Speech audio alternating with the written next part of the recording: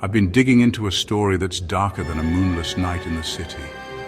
It's a tale of greed, betrayal, and death. And it's all happening right under our noses. You know what? The pharmaceutical industry, that beacon of hope for the sick and suffering, has a shadow side that's been slowly poisoning America. And I'm not kidding when I say this might be the biggest cover-up in modern history. So buckle up, folks. We're about to take a journey into the heart of darkness, where the line between medicine and murder gets real blurry. Let me tell you something about the roots of this monster we call Big Pharma. It all started innocently enough, apothecaries mixing herbs and tinctures, trying to ease the suffering of the sick. But then, something changed.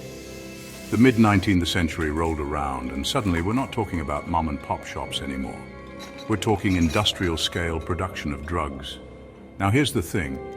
In 1859, the first medicine factory popped up. Sounds great, right?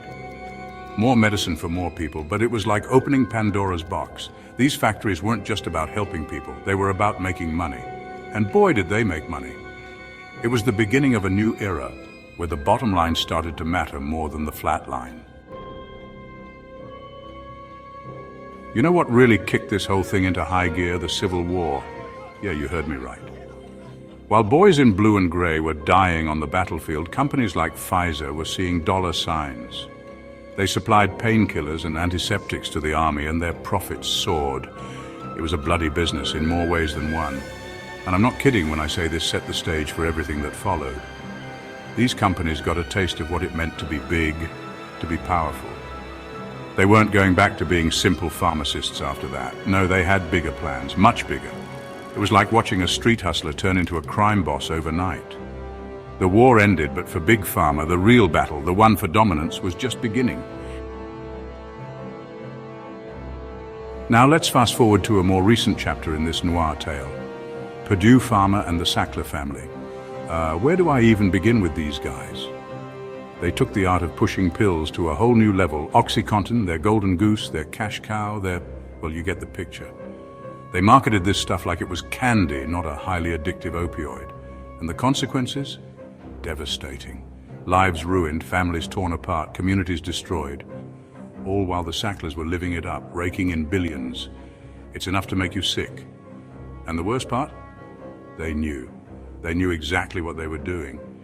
It was like watching a mob boss run a protection racket, except instead of breaking kneecaps, they were breaking lives.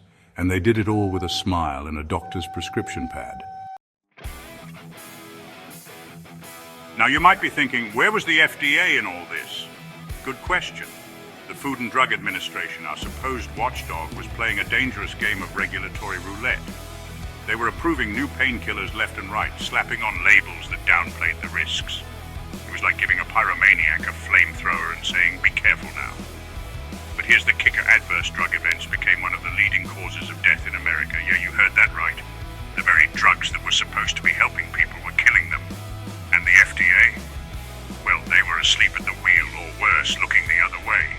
It's like they were the bouncer at the world's deadliest nightclub, waving through anyone with a pulse and a pocketbook. But in this dark tale, there are glimmers of light. Whistleblowers, brave souls who risked everything to expose the truth. They faced threats, intimidation, the full force of Big Pharma's legal machine, but they didn't back down. And slowly the truth started to come out. The lawsuits began, the fines were levied. It's not enough, not by a long shot, but it's a start. These whistleblowers, they're like the hard-boiled detectives in our noir story, fighting against a system that's rotten to the core. So where does this leave us? In a world where the cure might be worse than the disease, where profit trumps people's lives. But here's the thing, now we know. The shadows have been illuminated, the secrets dragged into the light. And knowledge is power. It's up to us now to demand change, to hold these companies accountable. Because if we don't, well, this noir tale might just become a horror story.